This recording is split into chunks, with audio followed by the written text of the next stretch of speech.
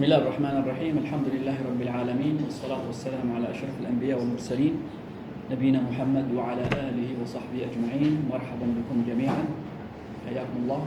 I'm very pleased to see you all here and hopefully this is going to be a very delightful beginning inshallah ta'ala, and we hope that we benefit each other inshallah ta'ala. So it's going to be a two-direction benefit inshallah ta'ala, especially from the youth and what they see around and what goes around. We need always to speak to each other inshallah ta'ala. But first, before getting into any topic, we need to first of all attend that we are chosen by Allah subhanahu wa ta'ala. When you see people around us are so much indulged in dunya issues and not even having the care of looking into their deen, learning their deen, acquiring the right deen, caring for the others, conveying this goodness and transmitting this khair to the others. And you see that a group of not any stage of age, but the youth, those who are around us, really ruled by the beauty and temptations of this dunya. That's why it came in a hadith, although some might say it's weak. إن ربنا لا يعجب من الشاب ليس له صبر. Allah is wandering from the shab, the young one, who has no desire, has no inclination toward what usually the youth are into. So these days we see the youth around us really falling into the dunya issues and spending most of their time with it and around it, right? But to go off your way and to abandon all these enjoyments and temptations of this dunya, and you put it aside and you direct yourself into a path which will make you stand before Allah subhanahu wa ta'ala. This is why it is said that if you want to know, إذا أردت أن تعرف مكانك عند الله فانظر أين وضعك. If you want to know your place before Allah subhanahu wa ta'ala, see where He had placed you.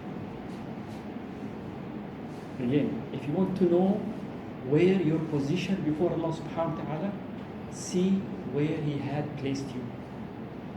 By knowing that you are different from anyone else and that you are in a place which is love to Allah subhanahu wa ta'ala, a place which usually the messengers go along, and you are trying to follow their path, then this is really an indicator that you are chosen by Allah subhanahu wa ta'ala. Do not lose this gem given to you by Allah subhanahu wa ta'ala, that you are in a position and a place where Allah loves to see you in. In fact, it is the most loved place before Allah subhanahu wa ta'ala. And you come with an intention, not only to correct your aqidah, your belief, and to make sure that it is upon the guidance of Prophet Muhammad, peace be upon him, but also caring for those who are around you.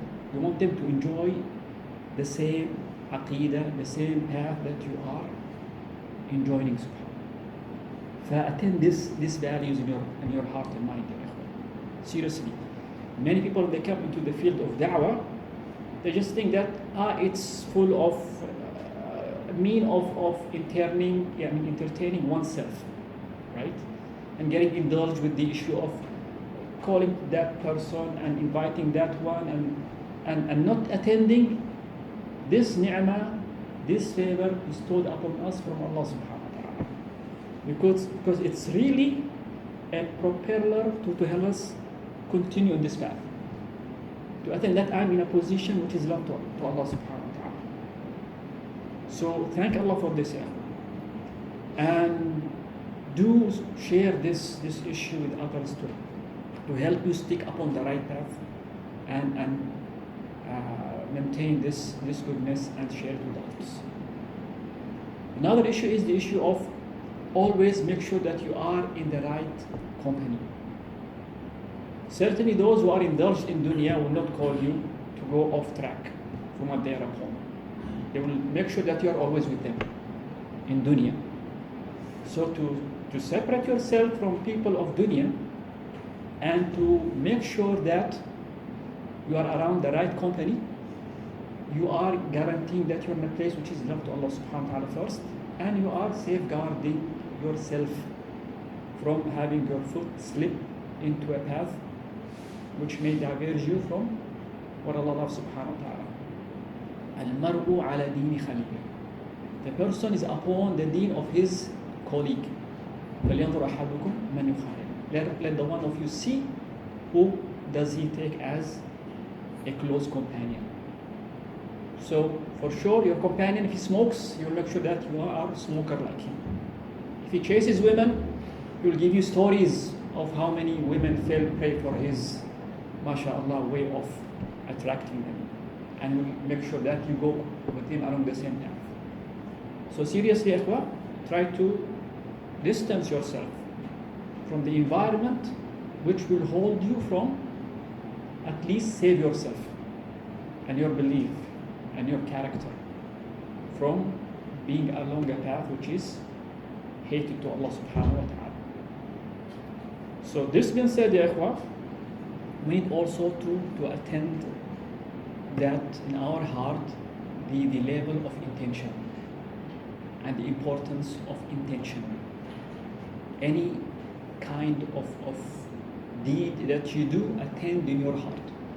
In fact, the intention itself can make the value of that maybe so little deed counts so much before Allah subhanahu wa ta'ala because of the strength of that intention, the sincerity of that intention, the truthfulness of that intention. It varies. This is why it was said by some of the righteous predecessors that رُبَّ نِيَّةٍ أكبر من عمل. There is a niyyah which is even greater than the amal itself. The amal could be very minimal, but that niyyah really changed the value of that amal. So always do not belittle any act that you do. That's why some of the Salaf used to say, we used to have an intention even when we go drink and eat. We have an intention. How can I attend an intention when I drink or eat? I drink because I want to get stronger. I eat because I want to get stronger so that I can have more strength to call to Allah subhanahu wa ta'ala, to serve my community, to help my family, and so on. Such intentions in your heart, you get rewarded for, subhanAllah. Although the act is permissible, there is no reward for drinking or eating. That's why Mu'adh used to say, إِنِّي لَأَحْتَسِبُ عَلَى اللَّهِ تَعَالَى نَوْمَتِي وَقَوْمَتِي. I used to seek the reward of Allah subhanahu wa ta'ala even when I go to sleep and wake up. Sleeping while the record is counting, subhanAllah. Can you imagine this? Even when you are doing nothing whatsoever. So attend the value of intention. Like the hadith in Bukhari Muslim, hadith of Umar, إِنَّمَا الْأَعْمَالُ بِالنِّيَّاتِ وَإِنَّمَا لِكُلِّ امْرِئٍ مَا نَوَى. Indeed, إِنَّمَا الْأَعْمَالُ بِالنِّيَّاتِ. Indeed, these are bounded by intentions. وَلِكُلِّ امْرِئٍ مَا نَوَى. And for every person, whatever he had intended. So the deed itself requires as a prerequisite a truthful, correct intention. And whatever you do, you'll get the reward according to your intention. The stronger the intention, the greater the reward from Allah subhanahu wa ta'ala. So always attend in your heart that when I come to here, I want to collect as much reward as possible. How can that happen? From the intention that you attend. Don't we see when people go to the masajid? They go to the masjid just to pray and get the reward of praying and complying with Allah's injunctions to us to go and pray in the masajid. But there are people who are getting more reward from the action of going to the masjid. They attend in their heart, I want to go to the masjid and reach the first row. I want to go to the masjid to increase my steps in reward. I want to call others who are going to the masjid. I want to give salam if I see someone in my way to the masjid.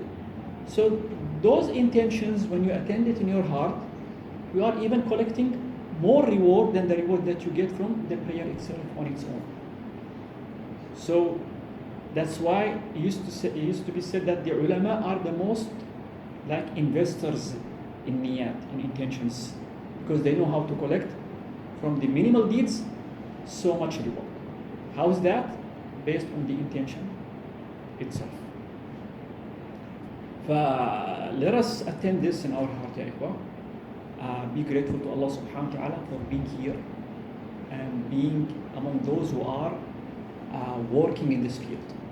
Like I said, shabab, young ones, teenagers, not inclining toward the beauty of this dunya. And seriously, ikhwa, back then, the shabab, to be lured toward dunya, it requires so much effort for them to get off track from ta'ah to ma'siyah. But today it's the opposite. It's so much hard to go off from ma'siyah to ta'ah. The default is ma'asi are accessible, handy, all around you. Within the press of a button, you can go anywhere. You can watch anything and listen to anything. But you're holding yourself. This counts a lot before Allah subhanahu wa ta'ala. Attend this in your heart, and attend that Allah is helping you while you are refraining from sinning Him. Ask His help and attend that when you refrain from committing a sin, attend that Allah had helped you and saved you from falling into committing the sin. So this is why all the way, ikhwan, keep yourself in the right companionship, because they after Allah subhanahu wa ta'ala are going to be a strong backup for you not to fall prey for the traps of the shaitan and the trap of the misguided ones. And always ask Allah for help. All the way in everything that you do, attend, oh Allah, help me. Oh Allah, I need you. And present in a way that shows that you are really in need for Him subhanahu wa ta'ala to help you out in reaching a position which is loved to Him subhanahu wa ta'ala. So this being said, ya ikhwa, we need to protect ourselves from the things that goes around us. And how can I evaluate what goes around me? Is it right or wrong? Through knowledge. Knowledge is the only mean for you and for us to distinguish between al-haq and al-batil, the truth and falsehood, the halal and the haram, and so on. With knowledge, I can make sure that I am making the right step in the right time and watching over every step that I take. Is it going to put me into a haram ending, or am I safe to walk along this path? Knowledge is a savior. You may see some people who are so much keen to call others to come to Islam or to come to ita'ah to Allah subhanahu wa ta'ala. But they rush things. They want to have the results very quick. And they may end up, because of the lack of knowledge, they may end up maybe kicking people away from the deen. Or maybe them calling them to the wrong way instead. You may see over the internet some of the du'at who are becoming big figures, famous, issuing fatwa that shows that they have no knowledge, or debating or confronting non-Muslims and calling them to Islam while not well established in Aqidah itself. And you may see them putting usul and principles which are preached to the masses, that these are the right foundation for you to go on and give da'wah to the others. While these principles and foundations are based on falsehood, are not correct. In fact, this was the trap in which the previous deviated groups like the Mu'tazila and the Asha'ira and Ahl al-Kalam in Aqidah had gone astray in. They gave precedence to the intellect and neglected looking into the text, the Quran and Sunnah, and had more trust in their intellect over the text. And based on their intellect, they say, "Khalas, we have enough intellect, therefore we can go on in any field, in any way, and try to call people to come to the haqq." And they ended up establishing principles which have no proof from the Quran or the Sunnah whatsoever. So don't rush things. Don't say I'm here to learn how to save myself and call the youngsters around me, the youth around me, back to the haqq and to the khair, while I myself not well established in knowledge. Let it be as a priority. I need to save myself first. This is the priority. How am I going to save myself first?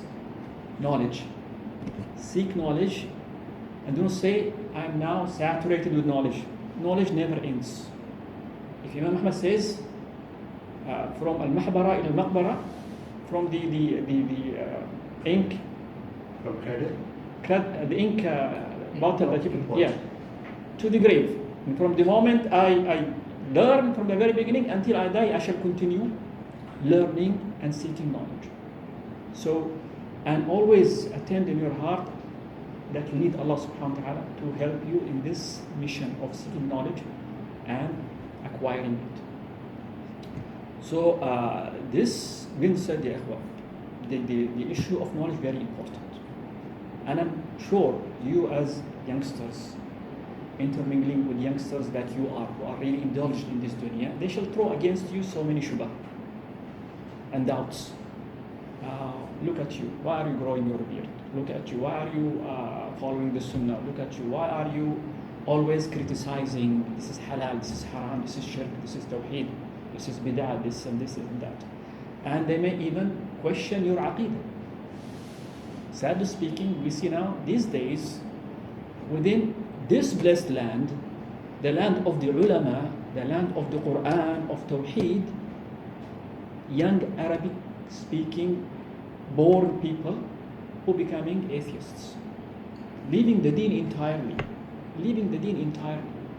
and some of them having even YouTube channels challenging the deen and spreading atheism and doubts to make the shabab doubt their deen. It's getting very, very, very messy, and people, and we see the shabab are confused out there. What is the reason? So much shubha are thrown all over the place. The youngsters walk around with a mobile in his hand, with an open internet. He sees everything, listens to everything. But does he put time to go and question what he sees? Sadly, no. Does he put time to go to the ulama and ask, I've heard such statement, what is the stand of Islam in this question? Sadly, no. They just open their minds for every garbage to be put into it. And they do not even filter what gets into their minds. Why is that? Lack of knowledge. Because once you see something evil, you who have knowledge, you immediately put it off. My deen is so valuable, I'm not going to let anything go through my mind and mess up my deen. If you see the righteous predecessors, they used to escape from even confronting Ahlul Bid'ah. And they are the ulama of their time. They don't give room for the Ahlul Bid'ah to speak up or say anything before them. So what about those poor youngsters who have no knowledge? They open their mind to every shirk or bid'ah or dalala or misguidance. If Ibn Sirin used to say, or somebody used to come to him and he said to him, I want to recite an ayah to you. And that man was from Ahlul Bid'ah. He said, not even half of an ayah. Get away from me. And he was asked, why don't you listen? It's an ayah. And what would he do? He said, I'm afraid that he may say that ayah and then say it in a wrong way and sticks in my mind. This is Ibn Sirin saying this. Yeah? Can you imagine this? Not any regular person. And look to our shabab today. They listen to everything. But we who have known the truth and haqq, if you want to save ourselves and we see that there are shubha out there need to be answered, go to the ulama. Alhamdulillah ta'ala, our scholars, since the beginning of Islam until today, have not missed a bid'ah or a doubt, but they have answered it. And the books are plenty. The internet is full with material, be it videos, audios, books, booklets, articles. Alhamdulillah ta'ala, the internet is rich now with Islamic correct information to refute such misguidance. But it's our duty to go and get to that knowledge and help people out there. So do not belittle whatever act that you do. If you see a post, for instance, with few statements that may strengthen the belief of those who are in doubt, or refute statements said by Ahl al-Bid'ah or Ahl al-Dalal, spread it. And you cannot imagine the reward that you may collect from just sharing a good information. Whomever sees it and corrects his aqeedah in Allah subhanahu wa ta'ala, comes back to Allah subhanahu wa ta'ala, you get the reward of that. Like in Sahih Muslim, من دعا إلى هدى كان له الأجر مثل أجور من تبعه لا ينقص ذلك من أجورهم شيئا. Whomever calls to a guidance, he shall receive the reward similar to the one whom he has called. And that will not reduce the reward of the person whom he was guided through him. And imagine, if you guide that person, you get a similar reward like him. And that person guides someone else, you still collect, and the series keeps going on until Yawm al-Qiyamah. You see, maybe nations are in your record Yawm al-Qiyamah because of you guiding people, and even through one single statement you preached to some shabab and they get guided through you. That's why when people become Muslims through some ulama and scholars and students of knowledge, that person who becomes a Muslim, every good act he does, it's in his record. When he becomes Muslim, his children become Muslim, his children also, his offspring, and this keeps going on, subhanahu wa ta'ala. This is when we do trade with Allah subhanahu wa ta'ala. Like people these days work so hard to collect the materialistic gain of this dunya by putting extra hours in their work. Why? Because we want more money. We want bonus at the end of the month, right? Well, doing business with Allah subhanahu wa ta'ala is like nothing else, subhanAllah. Yani, even Allah rewards you for your intention, even if you did not succeed in calling someone to accept what you are preaching. This is why, ya ikhwa, attend in your heart intention again, subhanAllah.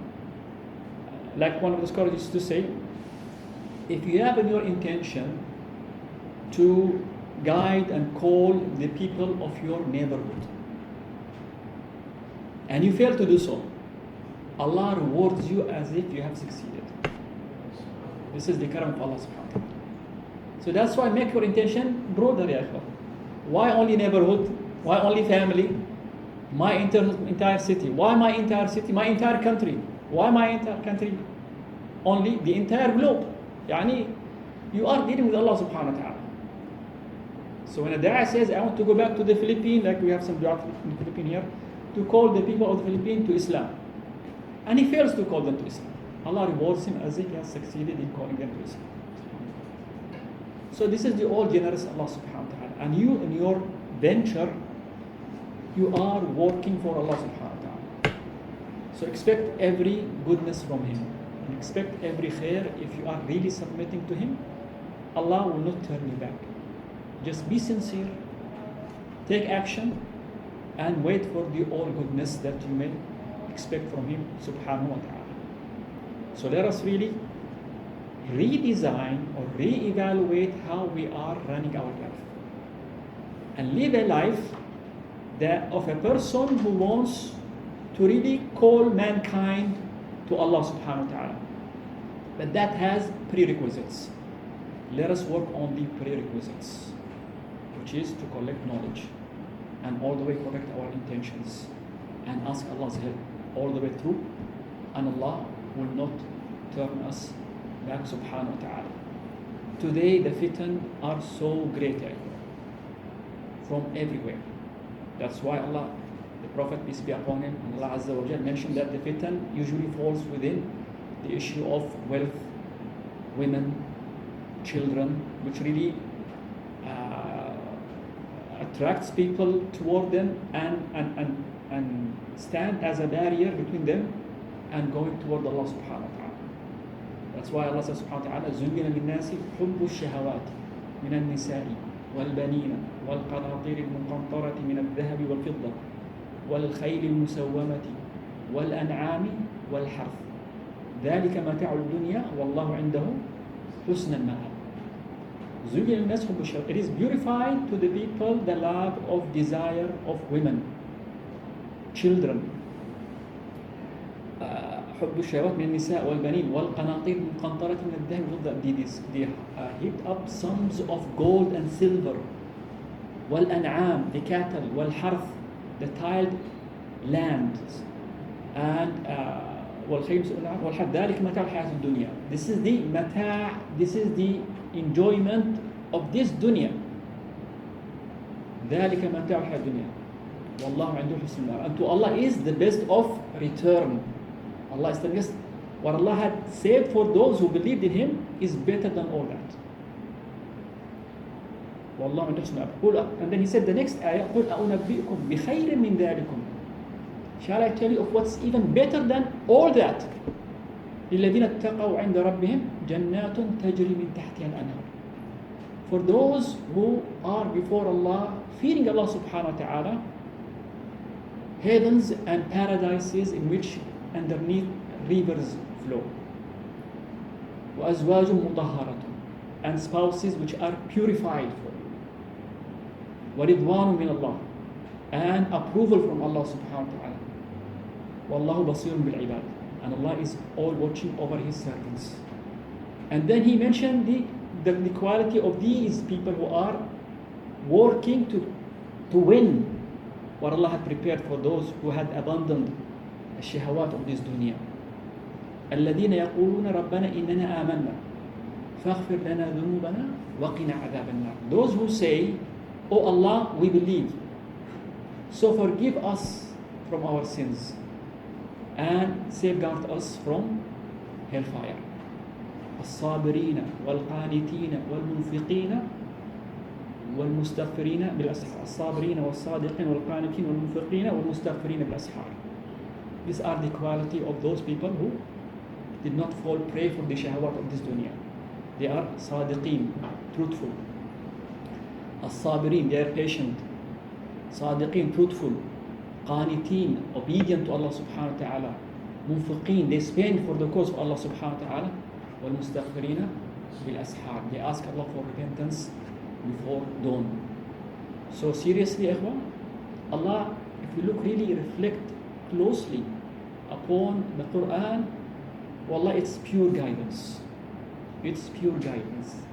But let these hearts be really sincere when looking into the book of Allah subhanahu wa ta'ala, and ask Him to help you understand what He wants from us, the exalted He is. So again, the fitan are so many. And today's fitan, like I said, it's not like anything before. We see today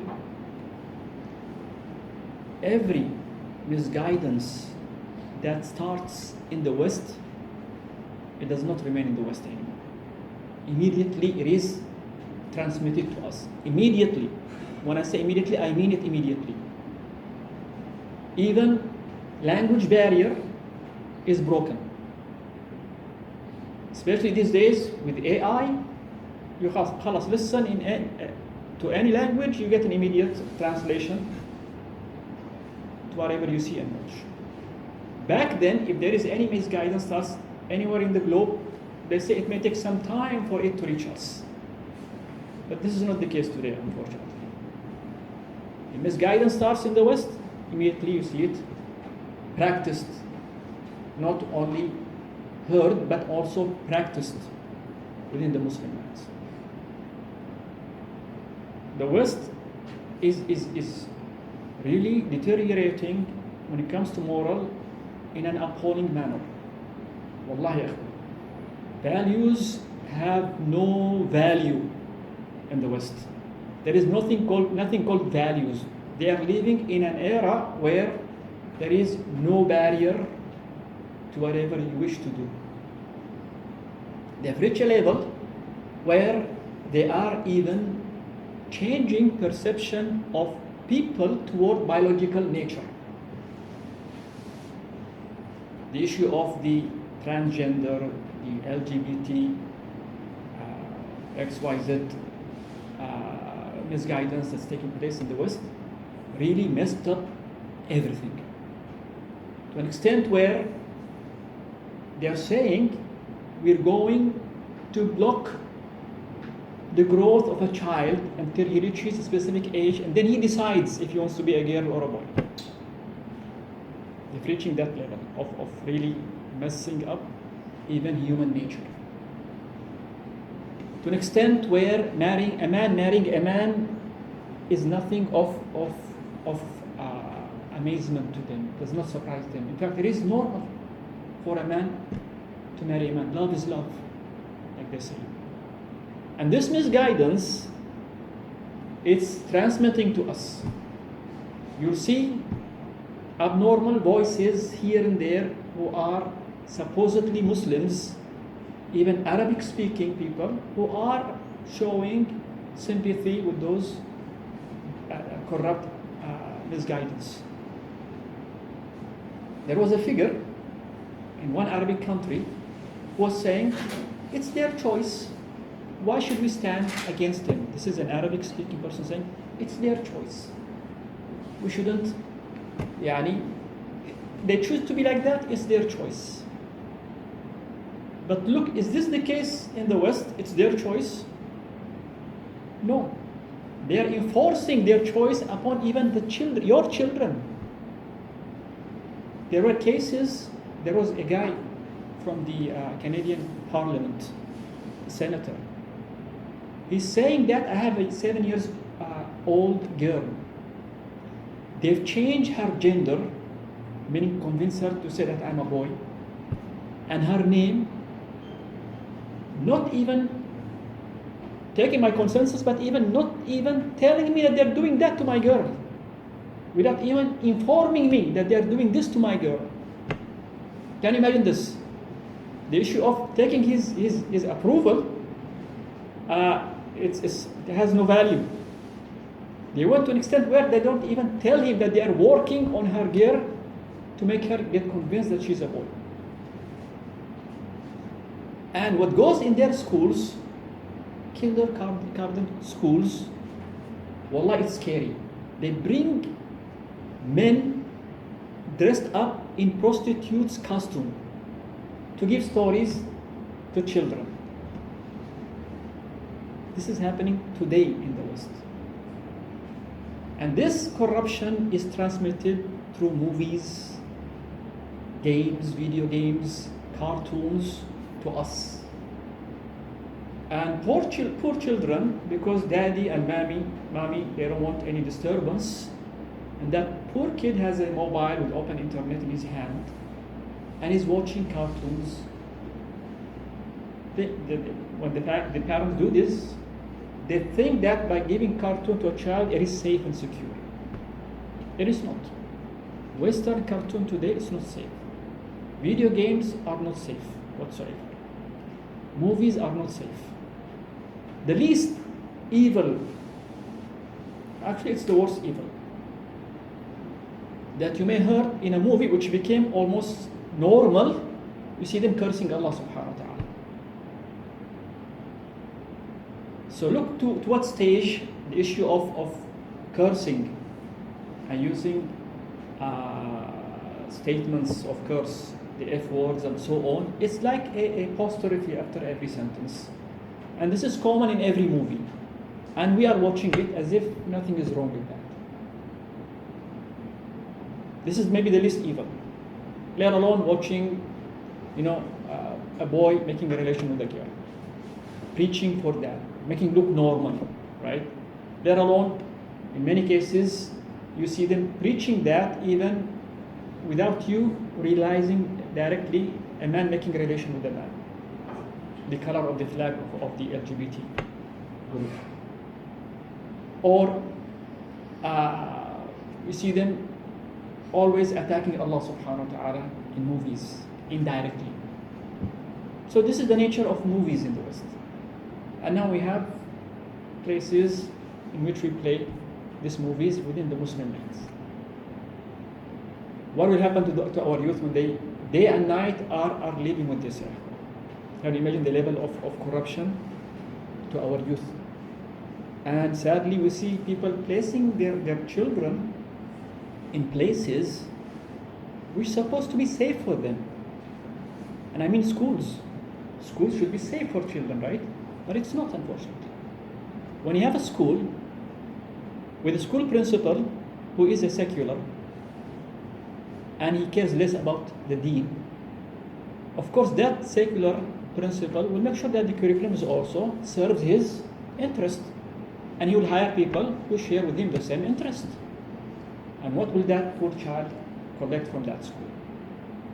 So we ourselves are taking our youth and our children and guiding them to hellfire. We are directing them to go to hellfire. And what we fear is that a day may come and you may see a child or a grandchild is saying, my father or grandfather used to be a Muslim. And we're seeing this these days, by the way. And this is happening within the Muslim land, not the Kuffar land. The Kuffar land, it's a phenomenon there. It is a phenomenon there. But it's happening within the Muslim lands, Arabic-speaking lands, those who were raised in the beginning with the Quran and the right Aqidah. But of the negligence of the parents and giving precedence to the education over the deen. This is the outcome. This is going to be the outcome, sadly speaking. So that's why for you to be here and to have that intention that I want to safeguard myself, I want to be a reason for guiding others and saving this community. If you succeed with that intention only to save yourself and your close family, your siblings, if someone is married, his wife, his kids, this is a great achievement. Wallah, it is a great achievement these days. If you can reach that level, save yourself and those close to you. You have done a great favor to Islam. Wallah, you have done a great favor to Islam. Because tomorrow, your offspring, inshallah ta'ala, will share this goodness and help spread the deen even better. So establish yourself upon the correct aqidah. Always be ready with the proofs of your usul of the deen. So that's why in this class, we'll try to pay attention more to the proofs of issues which are axiomatic to many of us. Allah's existence, for instance. Why? Because today people are even went to an extreme to question Allah's existence, which is really a laughable issue. How dare someone, is it how way off a person's mind and intellect to come with such an idea, to question Allah's existence? This is defying human nature. This is defying our innate disposition. Every human being, even if they were non-Muslims, they feel it and sense it, and they know for sure this word cannot come or be a reason of a blind coincidence or a product of blind coincidence. Yet you see people who are fooling themselves and try to fool others by claiming that no, science explains everything and therefore we are a product of coincidence. Nonsense. When you learn the proofs of Allah's existence and you have these proofs well established in your heart, you will make those people really an object of mockery when you talk to them, subhanAllah. So be strong and not to be shaken. Today, unfortunately, some of the shabab, when they hear the slightest doubt, they fall apart. As if, khalas, the deen has no value, it's so weak, to an extent that the slightest breeze can really make the strong building of Islam fall apart. While the weakness is in themselves, not in Islam. And like I said again, our ulama had tackled every doubt since the beginning of Islam. Until today, wallahi, any person who brings any doubt, you'll see books in volumes compiled and videos showing that this claimed doubt is so silly in the first place. So let us get ready, inshallah ta'ala, ikhwan. Let us establish ourselves, inshallah ta'ala, in our usul, know it very well, and do not rush in trying to go out there and confront those who have doubts and try to convince them from day one. Why? Because they can really shake your aqidah if you don't have strong foundation in confronting these people. But if, subhanAllah, we come in a position without us asking for it, and someone comes and attacks Islam, I'm ready there to protect the aqidah and to show that this guy has no position in trying to make Islam look wrong or not correct. May Allah keep us firm, ya ikhwah, and always ask Him subhanahu wa ta'ala, show your need for Him, and Allah will not turn us back. Allah the All-Merciful will not turn us back, subhanahu wa ta'ala. Make yourself well connected to Him, start the journey of knowledge, and be consistent, and do not, the issue requires from us is organization. Just organize yourself. Put things into perspective, and you will be surprised how at the end of the day, at the end of the month, the end of the year, how much knowledge you have collected. We see people wasting so much time with social media, following posts here and there, and if they put maybe 1/10 of that time for knowledge, wallahi, they still collect a good level of knowledge at the end of the day. So barakallahu fikum wa jazakumullah khairan wa sallallahu ala nabiyyina Muhammad wa ala alihi wa sallam. If you have anything in mind, anything to share? How many class will start?